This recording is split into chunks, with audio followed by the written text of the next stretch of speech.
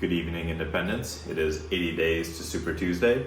I zoomed out a little bit this evening so you could get the full effect of the Christmas backdrop, because this is what it typically looks like. As you can see, we've added a couple large creatures to the background. And I actually don't even know if it'll show because I'm filming in cinematic mode here, so it might be blurred out, but there's a giant unicorn and the tree has a Grinch on it. Anyway, I'm just doing a quick update this evening. I did spend the weekend doing quite a bit of Christmas stuff, including going to see the Nutcracker with my daughter, which was a very fun time as usual. I typically go every year. And every time we go, we always come across at least one of her friends, and her best friend ended up showing up at the performance as well. So that was fun for her. Last week and part of this weekend, I've spent quite a bit of time making some slight course adjustments and planning the last 80 days here before Super Tuesday, because I've successfully completed phase 1 of the campaign, which is to just technically qualify for running for House and to create and put out as much quality but unique content as I can, even though I've never really done this before. And I've got most of that figured out. The system's figured out, systems are coming in place.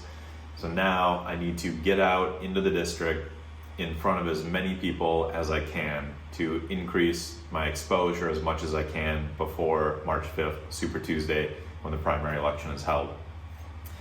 And so with that in mind, I am making a few adjustments.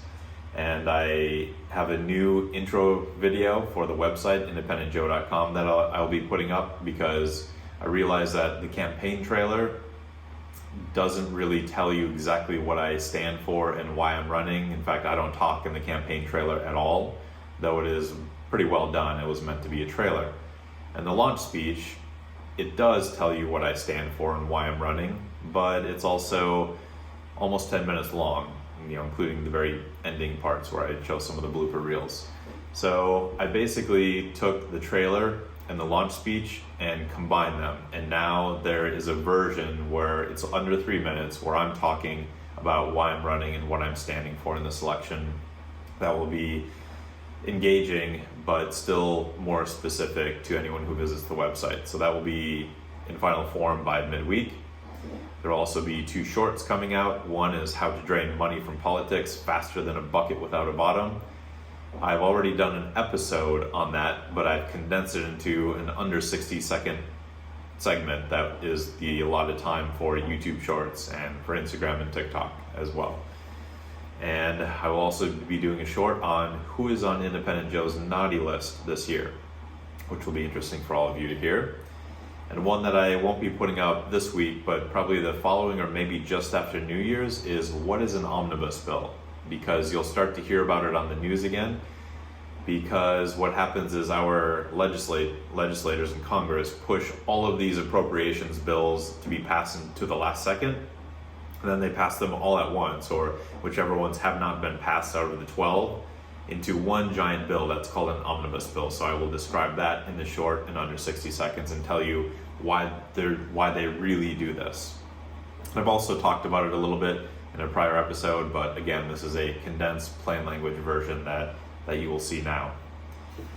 And I also began work on a top secret project that I'm not going to tell you about until it is actually out and ready to go, which will be possibly before New Year's, but most likely right after.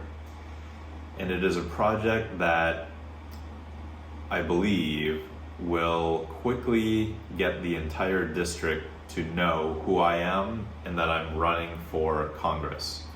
And that's of course the most important thing, because it doesn't matter what I stand for or how much better of a job or different of a job I might do in Congress if nobody knows what I'm standing for and why I'm running. It doesn't matter if they don't know when they look at their primary ballot who I am. They have to know who I am and what I stand for if I'm going to have a shot of making it through the primary. So this top secret project, I believe, will be the key to doing that. And when it is unveiled, I will show you here first. So that's pretty much all I have for this evening. I'm going to finish by answering a couple more viewer questions that came in, and one has actually come in twice now, and a couple of other times when I've been talking to people, around the area that have already been to the website. And that is, am I going to add an issues section or an issues page to the website?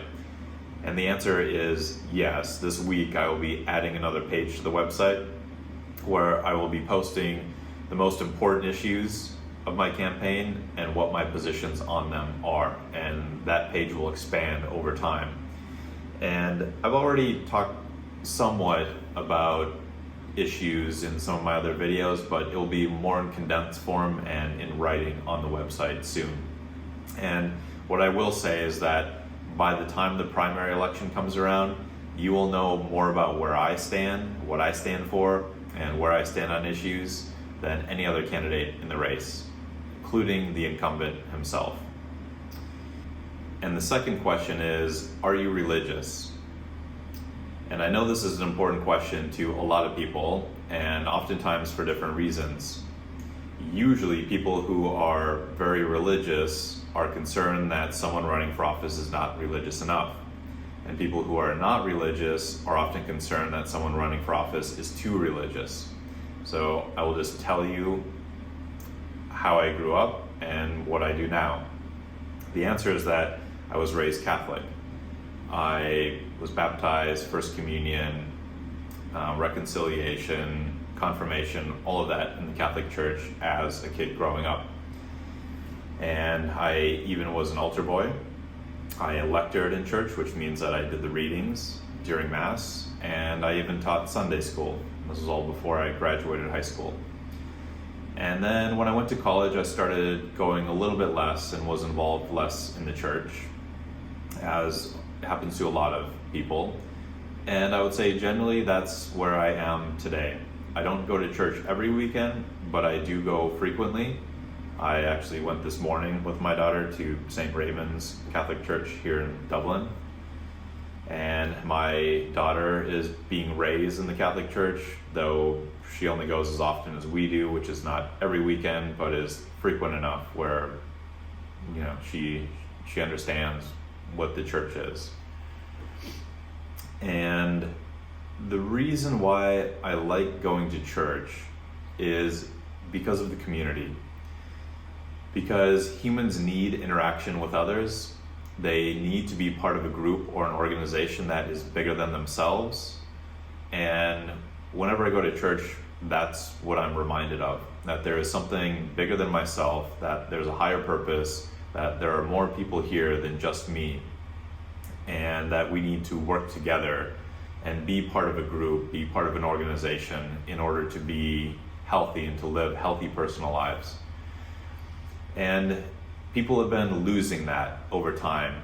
We're becoming more disconnected, lonelier, more depressed, have more mental health problems because we have replaced in-person groups and being part of organizations with these. We think we can get what we need out of these, but we can't.